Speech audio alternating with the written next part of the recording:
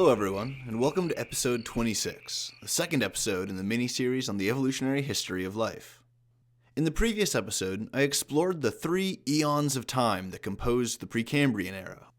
These eons included the fiery and hellish Hadean, the lightning and volcanism-rich Archean, and the gradual cooling of the Phanerozoic. During this 3 to 4 billion year time period, life first emerged as single-celled organisms. Some of these cells then evolved the capacity for photosynthesis, and then evolved primitive organelles in a nucleus. It was then, at the very end of the period, that life evolved the capacity for multicellularity. This evolutionary step would lead to the end of the Precambrian with an event called the Cambrian explosion. This event, which was more like a brief period in the geological timescale, marked the beginning of 3 major units of time: the Phanerozoic Eon, the Paleozoic era, and the Cambrian period. The Phanerozoic Eon is the longest time period of these 3, and it itself is split into 3 smaller time periods, or eras. The earliest of these eras is the Paleozoic era, which I'll be discussing today. This is followed by the Mesozoic era, and then the Cenozoic eras, which will both be the topics of discussion for the next 2 episodes. The Paleozoic era itself is broken up into 6 smaller periods of time, which are literally called periods, and I'll be discussing these in this podcast. The 6 periods of the Paleozoic era, from oldest to youngest, are the Cambrian period, the Ordovician period, the Silurian period, the Devonian, the Carboniferous, and most recently, the Permian. These 6 periods, or the Paleozoic era itself really, were a time characterized by great instability and change. Supercontinents, or the vast sheets of all the dry land masses on the planet, repeatedly formed, crashed, broke up, and reformed, including the supercontinents Pannotia, Gondwanaland, and Pangaea, and these formations created mountain ranges like the Appalachians along the east coast of North America. Tectonic movement during this time also forged the Ural Mountains that run north-south in Russia, separating Europe from Asia. The residual heat from the chaotic formation of the Earth had persisted through the Precambrian, making the Cambrian, Ordovician, and Silurian all relatively warm periods characterized by greenhouse gases, high temperatures, and higher atmospheric pressures. The temperature would rise during the Cambrian, and it remained pretty high during much of the Ordovician, but after this the temperature crashed, and it led to a 30 million year long period called the Hernantian Ice Age. The middle of the Paleozoic had a more stable climate, although it's believed that 1 or 2 ice ages punctured the Carboniferous period in association with a sudden increase in oxygen and decrease in carbon dioxide from the atmosphere. This is suggestive of heavy plant growth taking carbon out of the atmosphere, and a lack of decomposition, which would normally return that carbon back into the atmosphere.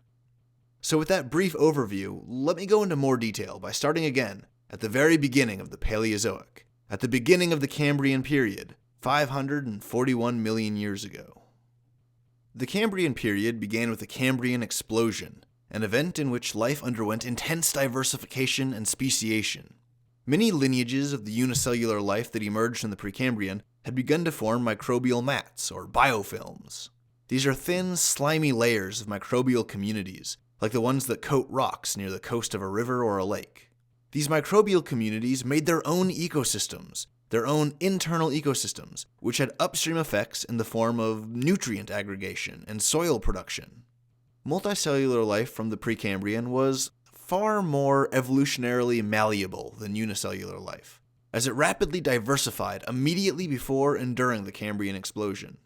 It's believed that a single-celled protista, creatures that live in colonies and move with flagella, were the common ancestor for all animal life. Their diversification into most of the major animal lineages, primarily invertebrate lineages, happened during the Cambrian explosion. Most of these early creatures had soft bodies, meaning they had no bones or shells or any other hard parts at all. The soft tissues are really difficult to fossilize, and as such, they leave very little evidence for us to examine 540 million years later. Fortunately, nature provided a mechanism for preserving soft tissues in the form of sedimentary deposits called Lagerstätte. Furthermore, Lagerstätte formed in an era with relatively low atmospheric oxygen, and it possessed relatively little bacteria capable of decomposition. Because of this, organic tissues that found themselves in Lagerstätte deposits would decay very slowly, and they formed high-quality fossils with relative frequency. However, Lagerstätte is very rare. It only formed in a brief window of geologic time, and only in certain regions of the planet. As a result, the Lagerstätte fossil record is not representative of the full diversity of animals present on Earth at the time. While the vast majority of life in the Cambrian period thrived along the ocean floors and shallow coastal regions, some enterprising species decided to make this step onto dry land. It was widely believed that trilobites were the first land-dwelling animals because of their calcium carbonate shells. These shells would fossilize much easier than the softer tissues of other contemporaneous animals, and as a result, they would become overrepresented in the Cambrian fossil record. Shells also existed on a huge variety of other animals, like proto-snails and tiny little proto-crabs.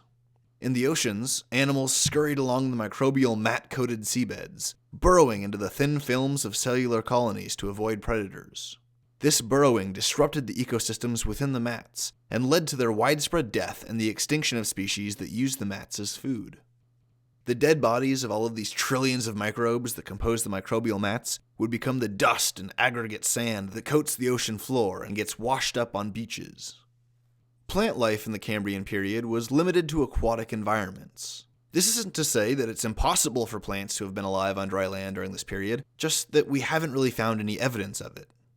It's likely that these biofilms were ancestors to the first green algae, which would go on to evolve into non-vascular plants in the early Ordovician. The Ordovician period began 485 million years ago, and it lasted for around 40 million years. After the Cambrian-Ordovician extinction caused by the mass death of all these microbial mats on the ocean floor, many niches within ecosystems were left open. This is the case after every extinction event. Many species die off, and new species evolve to fill in the ecological gap that they left behind. In this case, the extinction led to the Great Ordovician Biodiversification Event, or the GOBI, where the numbers of orders of aquatic species doubled, and the number of families tripled. The early life that emerged in the Cambrian explosion began to compete with the species that evolved in the GOBI. Suspension feeding became common, and life began to spread away from the ocean floor to fill the greater whole of the oceans themselves. This included animals like the earliest fish, the earliest cephalopods, and starfish and mollusks. As life spread across the globe and filled the oceans, organized ecosystems began to emerge. These ecosystems were built around the emerging trophic chains, or food chains, that became possible with widely diverse life. This diversification and the geographic radiation also led to the creation of specialized ecosystems, clusters of independent organisms all living in a habitat exclusive to a particular climate or temperature zone. Coral reefs are an excellent example of this kind of specialized habitat that emerged in the Ordovician. During this period, life continued to invade the land, but it struggled to find purchase in the dry soils of the uncolonized land masses. The earliest arthropods had crawled from the oceans onto the land in the Cambrian period, but they were beaten back by severely cold temperatures and winds. For some time, the global temperature had been going through cycles of warming and cooling, where the cooling leads to glaciation events and ice ages. These cyclical ice ages killed many species, and it culminated in the Ordovician Silurian extinction about 440 million years ago. As most life was accustomed to the oceans or the hothouse climates of the Cambrian, cooler temperatures were simply unendurable. Furthermore, the cooling led to greater ice formation, increasing the size of the polar ice caps and lowering the sea level. When the sea level lowered, it exposed all the animals that lived in the shallow waters off the coasts of the land. It exposed them to the harsh and brutally cold air.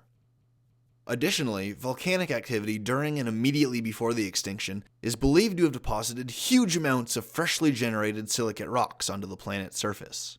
These silicate rocks absorb CO2 as they erode, and their erosion led to a titanic collapse of the atmospheric carbon dioxide level, which went from 7,000 parts per million to 4,400. Additionally, tectonic activity in North America pushed up the Appalachian Mountains, and this sequestered CO2 as they were thrust upward into the sky. As carbon dioxide is a greenhouse gas, its rapid depletion would lead to a rapid cooling, as well as a much slower rate of carbon dioxide absorption into the oceans. It's difficult to overstate the mad horror that was the Ordovician Silurian extinction event. Virtually every major lineage across the planet was affected by the temperature change, especially those exposed to dry land and cold air. Species in the ocean didn't really fare much better, as everything along the coast was destroyed. This would have severely disrupted any ecosystems that integrated the ocean-dwelling coastal communities, causing any species that relied on them for food to starve to death. When all was said and done, the extremely rapid cooling had caused 60 to 85% of marine species to go extinct. Despite the incredible amount of death and carnage wrought by the extinction event, like every other extinction, it would give rise to an opportunity for more biodiversification, for more speciation. As the name suggests, the Ordovician-Silurian extinction is the boundary between the Ordovician-Silurian periods. The Silurian period began about 443 million years ago, and it lasted for give or take 25 million years. The biodiversification event came at the beginning of this period, as the planet's life recovered from the cooling and glaciation events that ended the Ordovician. Although CO2 levels stayed around 4,500 parts per million, the temperature rose, the ice caps melted, and the sea level rose again. In the Cambrian and Ordovician, the Earth's climate was relatively unstable and prone to rapid changes and shifts. In the Silurian, the climate of the middle-aged Earth began to stabilize and even warm up. When the warm ocean water came into contact with the cooler air, it sparked massive storms that saw heavy weathering and watering of the land. Near the end of the Silurian period, the global temperature took a brief dip, which coincides with a small extinction called the Lau event. The Lau event was one of 3 small extinctions scattered across the Silurian, with the others being the Ordovician and the Mulda events. During the Silurian, life continued its slow, inexorable crawl deeper onto dry land. Plants like the bryophytes made their first appearance in dry soil, followed by small vascular plants like the extremely simple Cooksonia and the Bereguinathia. Arthropods continued to move onto the land, although their rate of diversification and geographic spread was slow. The interior lands of the supercontinents was inhospitable to most life. Because it was far from the temperature-moderating effects of the ocean, these intercontinental regions were vulnerable to temperature extremes. Because of the dry air, it would be hot during the day and very cold at night. Seasonally, it was extremely hot in the summer and extremely cold in the winter. The Silurian was the period during which the first animals evolved to live exclusively on land, including arachnids and millipedes. As in the early oceans, life on land was beginning to become more and more complex. Naturally, this meant that land-based ecosystems were becoming more complex as well, and food chains began to emerge as predator-prey relationships were established. After recovering from the extinction event that ended the Ordovician, life in the oceans thrived.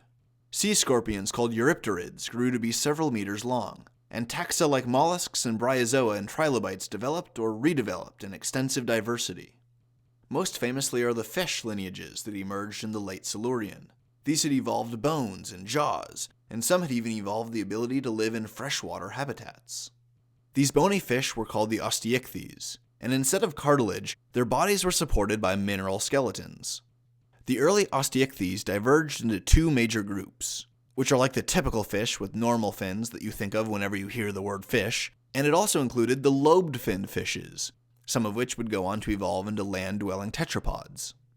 Where ray-finned fish have fins that radiate outwards like a handheld paper fan, lobed-finned fish have their fins that extend off of stubby, fleshy protrusions, like clumsy little muscular feet. Some of these lobed-finned fish lived in shallow, muddy water, and they used their lobes as rudimentary feet to push themselves from puddle to puddle in search of food. In time, their stubby protrusions would evolve to become legs. Unbeknownst to these humble, mud-dwelling tetrapods, their descendants would go on to conquer nearly every corner of the dry land on the planet, becoming every amphibian and reptile and mammal and bird species that we know today. However, much of this evolution didn't happen until very late in the Silurian period, where it continued into the early Devonian. The Devonian period began about 419 million years ago, and it lasted for about 60 million years, ending shortly after the late Devonian extinction event. The Devonian period is called the Age of Fish, as fish continued to diversify with wild variety and novel features. Fish lineages evolved traits like jaws and armor plating and bony skeletons. The jawed fish in particular became much more abundant, outcompeting the jawless armored fish that had emerged in the late Silurian.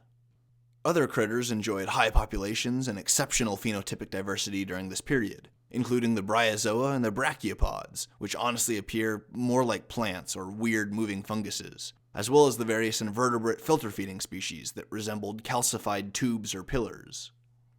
If the Devonian oceans aren't scary and weird enough for you, it's believed that the first true species of shark emerged during this period as well. Note that this means that sharks have been around for about 400 million years, and in all of this time, they've barely changed at all relative to other species. Sure, they evolved to be bigger and more diverse, but their fundamental body plan and their hunting prowess has always been on the cutting edge of the evolutionary arms races. Sharks are like the ideal killing machines, almost perfectly adapted for their current environments. This is much like alligators, who've undergone remarkably little evolutionary change over hundreds of millions of years due to their durability, toughness, and just raw effectiveness as killing machines. The fish populations that had evolved lobed fins, which would then become the first tetrapods in the Silurian period, continued their inexorable spread over the dry surfaces of the Earth.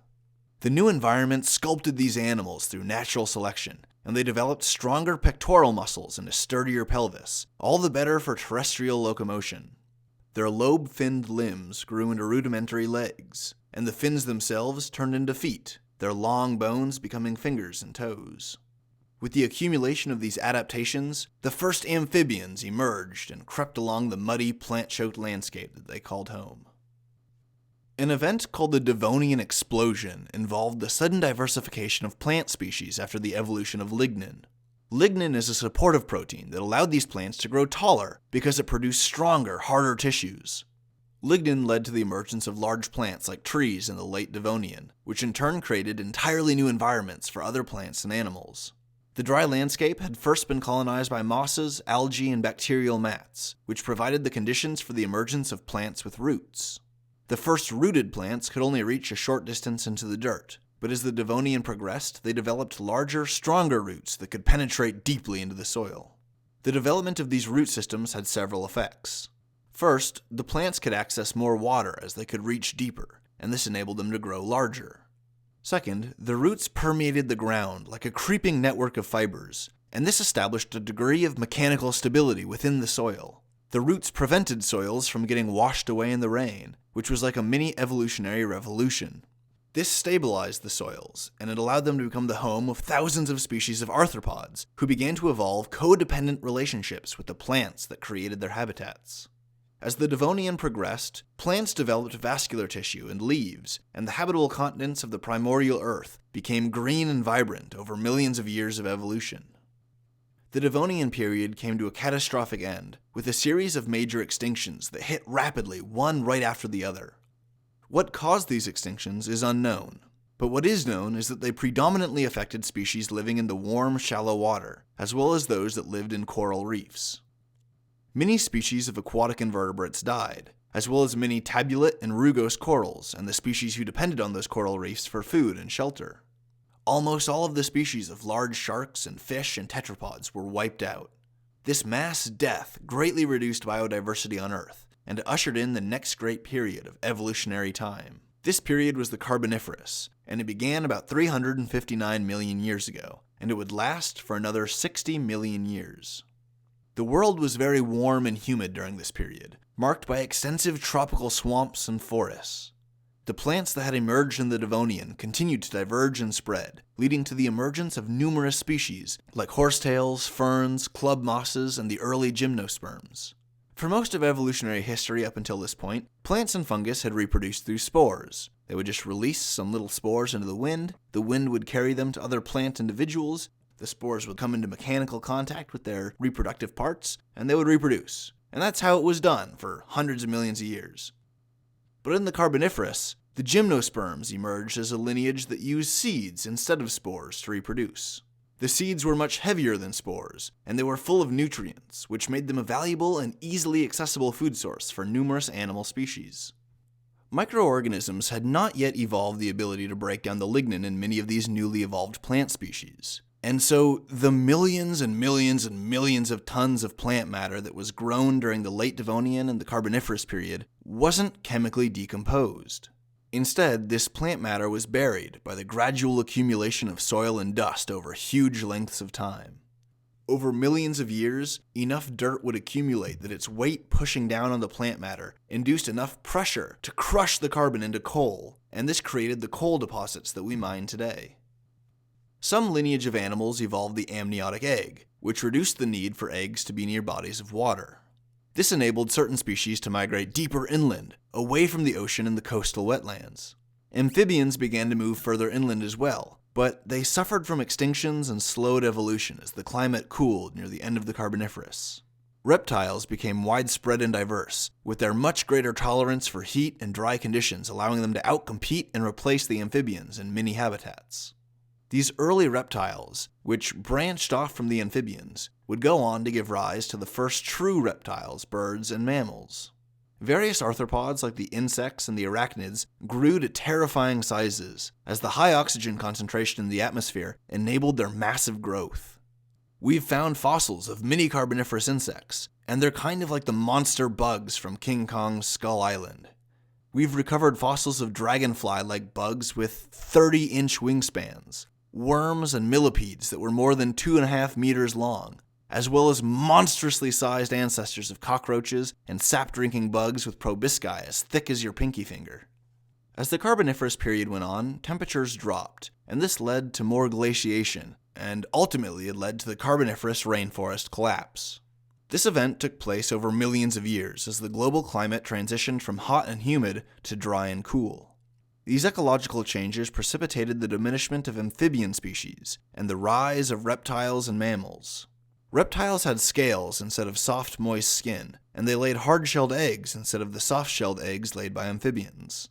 Both these traits gave reptiles an advantage in the drier climates of the late Carboniferous. The mammals fared pretty good as well, what with their fur and their burrowing behaviors, which offered modest defenses from the colder temperatures.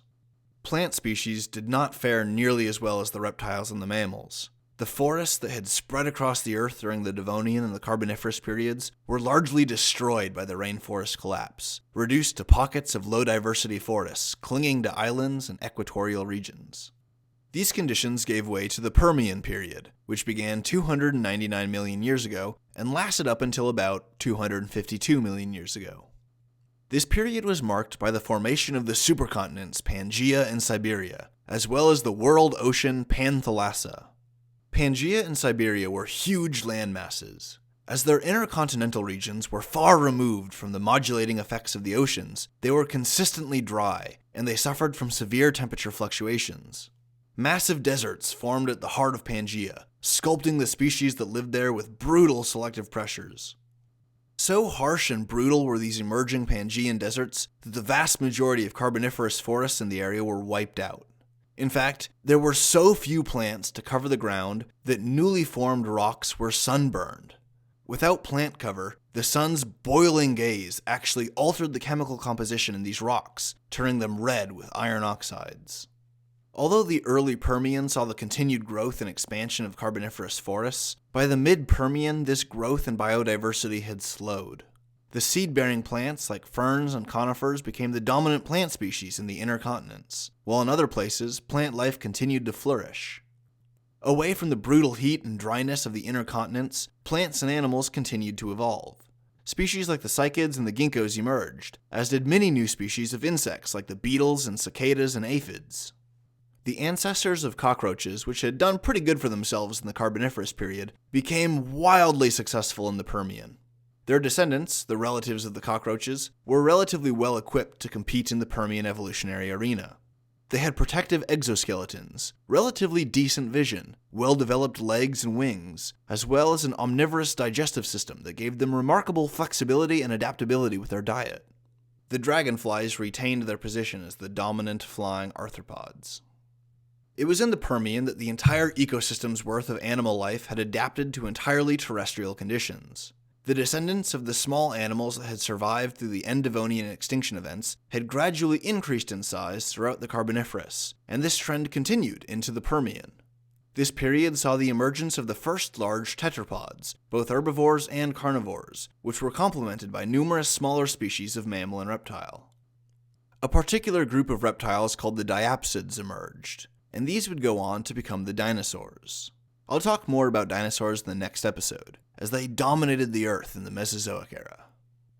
While life had spread across the supercontinents and evolved to fit into many different niches, Pangaea had become drier and drier, its deserts more and more brutal, until eventually it led to an event called the Great Dying nearly 250 million years ago. The Great Dying, or the Permian Triassic extinction event, was hands down the most horrifically destructive and lethal extinction event to ever curse life on the planet Earth. It's believed that up to 70% of terrestrial vertebrate species were totally wiped out, and even worse, nearly 97% of aquatic species were pushed into extinction. It's not known for sure what caused this extinction event, although numerous hypotheses have been put forward. Some theories posit a catastrophic event like a meteor impact, the sudden release of massive amounts of methane from the ocean floors, or the eruption of one or more supervolcanoes. Other theories posit that the extinction was caused by a more gradual event or events, like lowering oxygen concentrations in the ocean, or the increasing aridity that seemed to define the Pangaean heartland. A decrease in oxygen concentration would have increased the viability of sulfate-reducing bacteria, who would then respirate hydrogen sulfide back into the atmosphere. This would have poisoned many plant and animal species, and it would have weakened the ozone layer such that UV radiation would have killed off almost everything else. There's evidence supporting all of these extinction hypotheses, but it's not quite decided yet which was the ultimate cause. It's possible that multiple different events, both cataclysmic and gradual, were involved in the mass extinction. Whatever the cause or causes may have been, the Great Dying brought the Paleozoic era to a cataclysmic end. And with that comes the end of this episode. I hope you learned a lot of cool stuff about the Paleozoic era. If you're enjoying this series on the evolutionary history of life on Earth, be sure to stick around so you can check out the next episode on the Mesozoic era, where I'll be discussing the world of the dinosaurs. As always, thanks for listening.